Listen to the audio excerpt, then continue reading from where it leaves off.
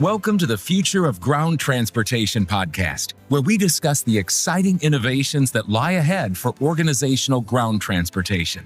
Each episode, we cover topics tailored to those resolving transportation-related challenges and provide tips, tools, and trends that will inspire you to stay ahead of the curve.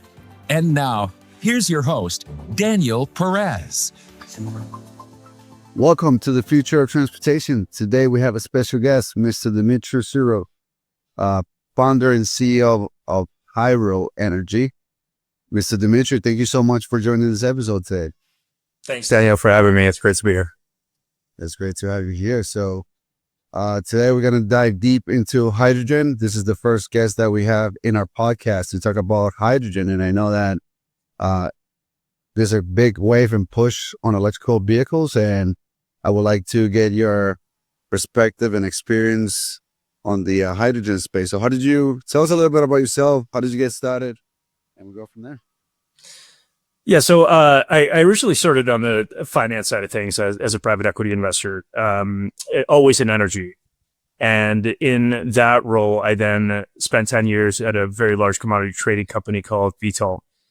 And Vitol is a very entrepreneurial company with a substantial breadth of physical activity in basically all commodities that relate to energy. So in many ways, it was Vitol's job to form, a short, medium, and long-term view on the supply-demand dynamics of those commodities, the energy commodities. And so a big point of focus was energy transition as it related to transportation. And so for me, I've always been a cars and trucks guy. So it was kind of a natural thing for me to step into that role. So I spent a lot of time thinking about Vitol's strategy around energy transition for transportation and its investment activities in green mobility. And so in that capacity, I launched Vitol's platform for electrification of medium and light duty fleet vehicles. And as part of that, I saw firsthand a lot of the challenges of doing that and how those challenges would be exacerbated for heavy duty, particularly in the context of the US, where trucks travel longer distances. And so I saw a gap in the solution space and an important problem that needed to be solved. And that's kind of how I ended up founding Hyroad. Got it. Thank you, Dmitry. And I noticed that you come from a private equity background as well. Yeah, that's right. Yeah, that's started in. I did a couple of years in banking, and then spent most of my career as a private equity professional. Got it. And as a private equity professional, did you thought about being in this industry, or you just sort of fell upon it? So I've done energy for about 15 years. And so commodities for me are my expertise, in effect. The transportation bit is reasonably new. And so I'm not, trucking is not my historical area of expertise, but it's always been an area of interest for me. I was, from the age, my mom would tell me that from age 5, we would live on this 7-story apartment in Ukraine, and I would sit on the balcony and I could tell the make and model of every car that went by on the road. So that interest kind of continued into my adult life. So this is kind of a blend of my interests and my expertise. Got it. Thank you, Dmitry. So as far as tell us about your perspective between electrical vehicles and hydrogen. Like, what is that sort of duality between those two concepts? As we continue to push towards electrical vehicles, but obviously with the new administration, things are actually changing. So just curious to hear your perspective there. Yeah, so that's a super important question. So right now for trucks, there are 2 zero emission technologies. One where the energy comes from batteries, and the other where the energy comes from hydrogen. And battery electric is challenged as it relates to trucks for a number of reasons. Fundamentally, you need a tremendous amount of energy that you move around in every truck. And you're limited by weight to use U.S. roads. It's about 80,000 pound weight limit for most trucks. And batteries are fundamentally not energy dense. So you have range limitations of about 200 miles for most battery electric truck models. You have payload capacity reductions as a result of the weight of the battery. You have long charging times, usually multiple hours. And so that impacts vehicle uptime during a driver shift. And I think the most important piece of this that not a lot of people talk about is infrastructure challenges. So to get to the kind of range that is required for trucks, a lot of battery electric OEMs are putting in place bigger and bigger batteries on these trucks. So sometimes close to a megawatt hour. And so to recharge these batteries in a reasonable amount of time, you really need megawatt charging. And if you have megawatt charging and you have 5 trucks charging at that rate in one location, that's a 5 megawatt power draw is the equivalent of about 4,000 homes. And so that's a very large power draw especially in places that are fairly remote locations along the side of a highway. And so really to enable that, you need grid work, you need substations, you need power generation. And all of that is very expensive and takes time. And so how is hydrogen different? Hydrogen is very, very energy dense by weight. It's about 3 times more so than diesel or gasoline. It's easier to transport over long distances, and it's easier to take in and out of storage. So what that means for trucks is that most fuel cell truck models today can do about 500 miles of range versus 200. They're lighter than the battery electric counterparts. You can refuel them in under 20 minutes. And 20 minutes? Under 20 minutes. So it looks a lot like a diesel refueling operation. You pull in, you put the nozzle in, you refuel in 15 minutes and off you go. We can put up a hydrogen refueling station pretty much anywhere for often single digit millions. And those stations are then supplied by truck. So you don't need to build stationary distribution infrastructure like you do on the battery electric side. Got it. So just to continue to dive a little bit deeper here. So like in 10 to 15 years from now, do you see a world where EVs and hydrogen vehicles will coexist, or would it be one technology that will dominate transportation pretty much? We think it'll definitely coexist. So I think battery electric makes a lot of sense for lighter duty vehicles. I think also for trucks today, for certain duty cycles, battery makes sense. So for example, in the drayage operation where trucks do less than 150 miles, they all come back to the same place. So, you can aggregate the charging infrastructure and the power access to one location. Battery electric makes a lot of sense. But the reality is a lot of trucks go point to point. A lot of trucks travel long distances, and we're targeting the duty cycles that are above 200 miles a day. So I definitely think that there's a need for both solutions. I also think you need to diversify material requirements. You need to diversify feedstock streams for both zero emission solutions. So you can generate low carbon hydrogen using both water as a feedstock and using natural gas as a feedstock. I think that's important to enable the supply that's needed to decarbonize all the U.S. transportation infrastructure. Got it. Thank you, Dmitry.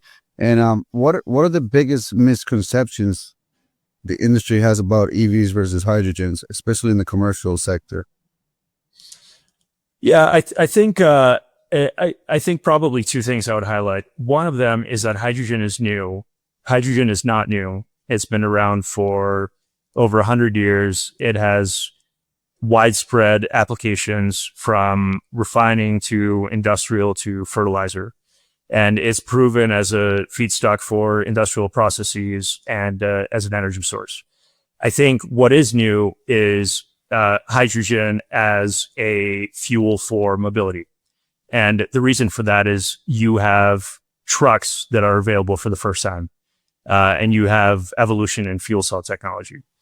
And so that ecosystem is developing much more rapidly now that the vehicles are available. We saw a similar thing in electric vans back in 2018, 2019, when they first became available, and people like Amazon, electrified their last mile networks effectively overnight in places like London. So I think that's one thing. The other thing I would just highlight is, we get asked about safety a lot. And I think that is an important misconception. I think, the real risk in an accident is that a fuel tank gets punctured and the fuel pools, and then there's a spark and that fuel ignites. Now, what happens with hydrogen is the hydrogen is stored in very, it's basically reinforced steel tanks. They're literally bulletproof. And so those tanks are very difficult to puncture. If they do get punctured, the hydrogen is very, very light gas and it immediately dissipates into the atmosphere. So it doesn't pool. And on board the vehicle, nothing is combusted. The hydrogen actually reacts with oxygen in the atmosphere and a catalyst and produces electricity and water vapor as a byproduct. So there's actually no combustion or flames anywhere in the process. So I think hydrogen vehicles are much safer than most people understand. Very good to know. And so you mentioned from an infrastructure perspective, and let's talk a little bit about trucks and buses, if it's okay with you. So for example, for an operator who is probably running 100 to 200 trucks, what is the infrastructure for EVs versus, or let's keep it mainly for the hydrogen perspective. Yeah. What is, what are we looking at? What do they have to do? Sort of let's dumb it down for the end consumer. Yeah, so that would be a great use case for us. So one of the things that we do as a business, and one of our value propositions, is that we aggregate demand, because hydrogen is expensive to run at small scale. So to build a solution for 5 trucks is much more expensive than to build a solution for 60 trucks. Where we find critical mass is at that level, about 60 trucks, where we can develop a really efficient solution from a cost perspective for our customers. What that means is that we build a refueling station with 3 lanes, and it looks fairly similar to what a truck stop refueling operation would look like. There are effectively islands with dispensers, and near it, behind a wall, is the hydrogen storage equipment. And depending on whether it's liquid or gaseous, you have things like vaporizers, cryopumps, compressors, chillers, etc. But from a customer perspective, it looks very similar to diesel, where it's a pull-through operation. You pull your truck up, you put the nozzle into the truck. Everything is automated, so the dispenser will communicate with the vehicle, and it will refill the truck. So if you're running an operation of over 100 trucks and you want to implement hydrogen, you actually can do behind the fence. What we find is that customers prefer to do shared infrastructure. So that would be a pretty appealing use case for us. And I think then it's a question of, what's your duty cycle? Are you going back to base? Are you going point to point? How many miles do you do a day? And so what we find is in a Texas context, there's a lot of fleets doing all of the above. And what's interesting for us is that the nodes of the Texas Triangle, so Houston, Dallas, San Antonio, are pretty interesting distances. They're all about 150 miles to 300 miles away from each other.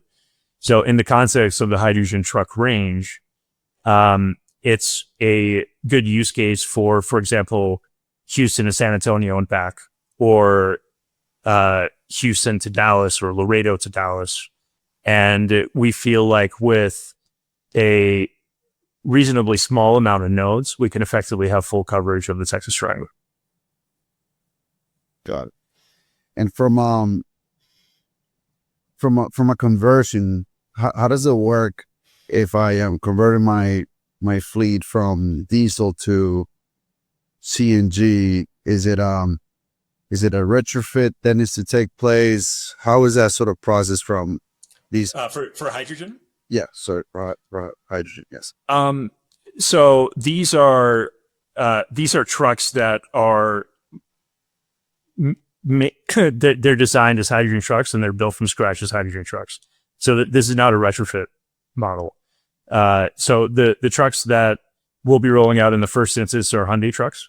They've been on the road since 2019.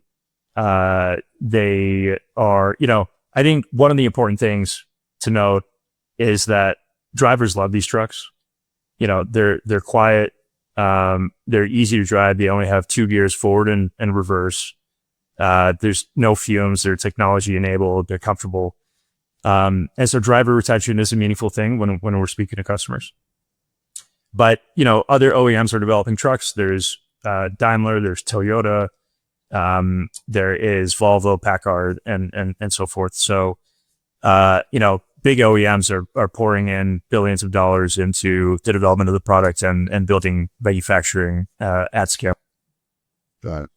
And from a price perspective, or for a cost perspective, actually, that's probably one of the biggest challenges that I've seen when it comes to electrical vehicles. The typical bus that will cost us $500,000 when it comes to electrical vehicles, it could be. So an electrical vehicle bus, it's probably $1 million to 1.2. So it's definitely 100% more. What is the cost variance between your typical diesel truck or bus versus hydrogen? Yeah, it's a good question. And the answer is it's still more expensive. It's about 2 to 3 times the cost of a diesel truck for just the vehicle today. So, one of the most important things that we need to do as an industry is build scale and build critical mass, because that will enable us to provide a cost basis that is more competitive with diesel. So, today there is a green premium. You can bridge some of that green premium with incentives that are available at the state level. For example, T-Hive is a program that we're a big recipient of in Texas. And we can ultimately deliver a price point where we're seeing considerable demand. But to have wide scale adoption, you need diesel parity, right? And so to enable that, you need low carbon hydrogen production at scale. You need a scalable, efficient, and repeatable refueling solution. And you need truck manufacturing to happen at scale. That last part, remember, hydrogen trucks are still much earlier on the maturity curve than battery electric trucks. So we're seeing improvement in cost and things like fuel efficiency much more quickly than you do in the battery electric context. And I think the good news is all the things that I mentioned that need to happen are happening, right? You have a tremendous number of projects, especially in the Gulf. You have almost every few months, we're seeing a product being released on the distribution or refueling side, which makes that piece of the supply chain much more efficient. As I said, you're seeing the OEMs invest a lot of resources into product development and manufacturing at scale. So with all that, we see hydrogen trucks reaching diesel parity well before the end of the decade. And we as a business, you don't often have a conversation about hydrogen without talking about chicken and the egg. And the main bottleneck that we see right now to adoption is lack of infrastructure availability. And so we're trying to break that chicken and the egg cycle, and we're trying to make hydrogen refueling available in key trucking corridors. Hopefully that'll drive the kind of critical mass that we're talking about. Got it. And if I'm not mistaken, I noticed on your LinkedIn profile, you guys created sort of a couple of strategic partnerships with a couple of the manufacturers. Can you talk a little bit about that? Yeah, absolutely. I think the partnership element of this is something that is absolutely critical. I mean, the trucking industry is $1 trillion industry. 70% of goods in the U.S. move around by truck. And when you think about diesel and traditional energy infrastructure, that's been developed over hundreds of years. So the scale of what needs to be done is very large, and no single company can do it themselves. And so I think partnerships are absolutely critical in building this ecosystem. I think what you're referring to is our partnership with Bosch Rexroth around their cryo pump. This is a piece of equipment that for liquid hydrogen refueling is a game changer. A lot of the previous pumps were basically designed for LNG and therefore were inefficient, and there was significant boil off associated with using those pumps. This cryo pump is designed specifically for hydrogen. It's very efficient. It has 2-stage liquid to liquid and then liquid to gas. It pulls products in from the liquid tanker to eliminate the need for venting and other things. And so we're very excited about that component. you will see a lot more partnerships announced with Hyroad over the next few months. And I can't say a lot about that right now, but hopefully you'll see some announcements from Hyroad in the near future. Got it. Thank you, Dmitry.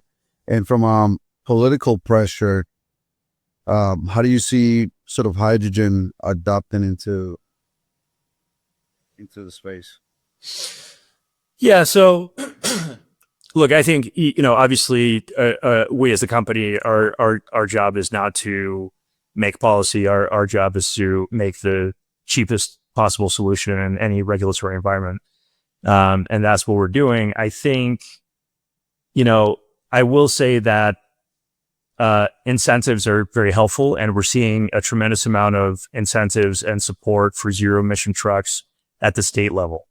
So in both Texas and California, there's evergreen programs to help get hydrogen trucks on the road.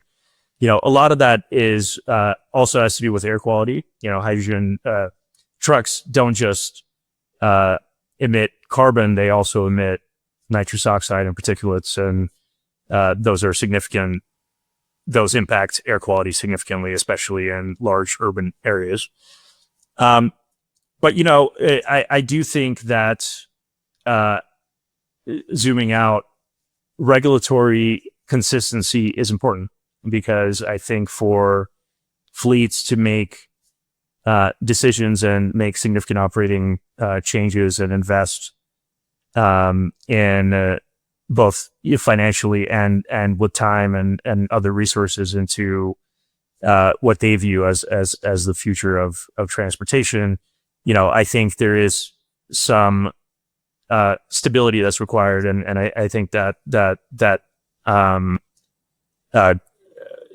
creates some challenges where at any level there's a sort of regulatory changes. But we are seeing in the current environment that there's still a tremendous amount of demand, and there is still a tremendous amount of support, and that again, we can deliver a cost basis that where we're seeing a considerable amount of demand for fleets. Got it. And from comparing apples to apples, when it comes to either like diesel or hydrogen, what is sort of the cost per gallon versus your cost per unit on the hydrogen? Yeah. So what's interesting is that hydrogen trucks are basically between 7 and 8 miles per kilogram. So hydrogen is quoted in units of kilogram, right? And diesel trucks, on average, are something like 6.5 miles per gallon, right? The newer diesel trucks are more fuel efficient. But depending on how you think about it and what kind of diesel truck you're replacing, it's almost like for like. You have a slight advantage on fuel efficiency for hydrogen relative to diesel for older diesel trucks. So the way to think about it is, your price per gallon at the pump is more or less comparable with your price per kilogram at the pump for hydrogen. Got it. It's about the same, pretty much. Yeah, I mean, I would say it's about, if you multiply it by 110%, if you multiply your price per gallon for diesel by 110%, that's roughly the equivalent of cost per kilogram for hydrogen. Now, again, I think hydrogen trucks are becoming more fuel efficient quicker than diesel trucks. And so I think that spread will increase over time. But for now, that's about where we're at. Got it. And from an infrastructure across the nation, so if I'm driving a truck from New York to Boston or LA to San Francisco, how readily accessible is it to get hydrogen? Yeah, so right now it's not, is the answer. There are about 3 heavy-duty hydrogen stations in California. There are more being built. We'll be at, probably 6 or 7 in the next 24 months. I think in Texas, there are none. Our 2 stations that we're building in Houston will be the first 2 hydrogen refueling stations for heavy-duty in Texas. And so, that's where I was saying that this is the critical barriers to adoption right now that we're trying to solve. Got it. So for Hyroad Energy, what are you guys excited about in the marketplace, and what sort of solutions are you guys bringing into the market? Yeah, so our whole value proposition is that basically we provide a turnkey solution where a hydrogen truck is a service, for lack of a better term. So we bundle fuel, maintenance, and vehicle in a simple dollar per mile construct. So what that means is we find the hydrogen, we build the distribution and refueling infrastructure, we aggregate demand, we own and maintain the vehicle, and then we risk manage on behalf of our customer. And I think that last part is very important. I think, we are taking development risk, we're taking pricing risk, we're taking uptime risk, we're taking vehicle residual risk. And I think that is something that really resonates with the fleets. When we started having conversation, our business model, resonated even with very large fleets. And I think part of the reason for that is when battery electric first came out, people thought it would be relatively easy. People thought, I already have the electricity at my depots. I'm just going to put up the charger and off we go. And, the reality was not that. There was cost overruns. There was project delays. People were interfacing with utilities who were, not moving very quickly or very user friendly. People had trucks on the balance sheet that they couldn't use, and focusing on a lot of things that were ultimately non-core to the business. So I think where we came in and we said, look, we will centralize the expertise and we will do the heavy lifting so that you don't have to internally as an organization. We will aggregate demand and build scale where scale doesn't necessarily exist on individual fleets. We will find the optimal source for hydrogen. We will build the optimal refueling infrastructure, and we will put in place a financing and risk management product for what doesn't exist today. So that's our fundamental value proposition is we make it very easy, and ultimately all we ask for the fleet to do is to commit to using the truck when the truck is new. Got it. And just for clarification, you guys will own the fleet as well? Yeah, so we own the truck and we basically lease or rent the truck to fleets on a long-term basis. Oh, wow. Okay. And is it mainly for trucks, or are you guys getting into the bus industry as well? Yeah, so we're starting with trucks, and there's lots to do on trucks, but we definitely have buses, municipal vehicles, other vehicle types on our roadmap, and we'll be getting into that shortly as well. Got it. What is the timeline when it comes to buses? I would say in the next 12 months we'll have a product for that. Got it. Cool. Perfect. So Dmitry, what is the best business advice you have ever gotten? Yeah, so I think I think probably what I learned, which is most valuable. I had a business partner who was Portuguese, and we did a lot of business in Latin America, and I kind of learned to do business not just in a dollars and cents manner, but also in an interpersonal manner. I think for me, building partnerships is paramount to anything else, and I think we're very proud in getting other companies to want to partner with Hyroad. And I think structuring partnerships is a skill. I think figuring out alignment of incentives, figuring out responsibilities, figuring out risk allocation, all those things is more difficult than it seems from the get-go. And I think I've had the opportunity and also the burden of having to manage some of both VTOLs and the private equity firms that I worked for in the past, their partnership positions. And so I'm grateful for having had that experience, and I think for me that's most valuable. Got it. And what is the best book recommendations that you have for us? So I'll give you one that I've read recently, and I'm kind of rereading because it's incredibly dense, but it kind of blew my mind in a way. It's Beginning of Infinity by David Deutsch, which a little bit, he's a quantum physicist, and it's everything from science to multiverse to philosophy and to happiness to human capability, and just a fascinating breadth of topics that he covers, and each one is incredibly insightful and incredibly dense. So you do have to read it multiple times. So that is something that I'm continuing to try and unpack.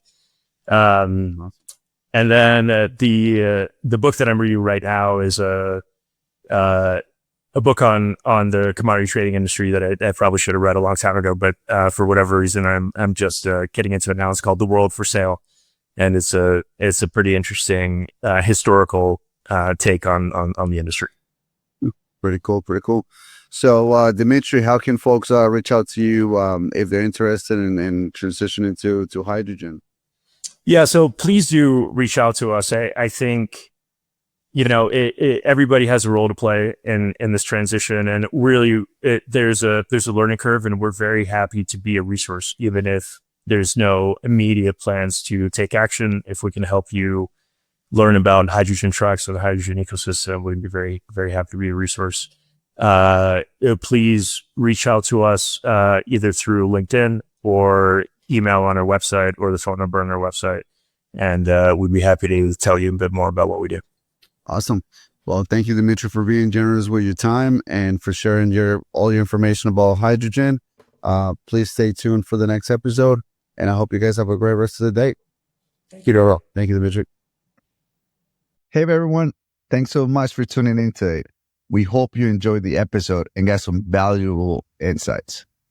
If you're curious to learn more, head over to the resource website at dpvtransportation.com, where we got a ton of useful resources and tools for you to stay ahead of the game. And before we wrap it up, I want to invite you to book a free gas emission consultation or a consultation about your ground transportation program with us. Just register on our website. Is a fantastic way to see how your fleet is doing or how your overall program could be improved. Thanks again for joining us, and we'll catch you next time on the future of ground transportation. Have a great day. Thanks for tuning in to the future of ground transportation. We appreciate you coming along for the ride. If you found value in this episode and want to hear more, please make sure to subscribe to the show.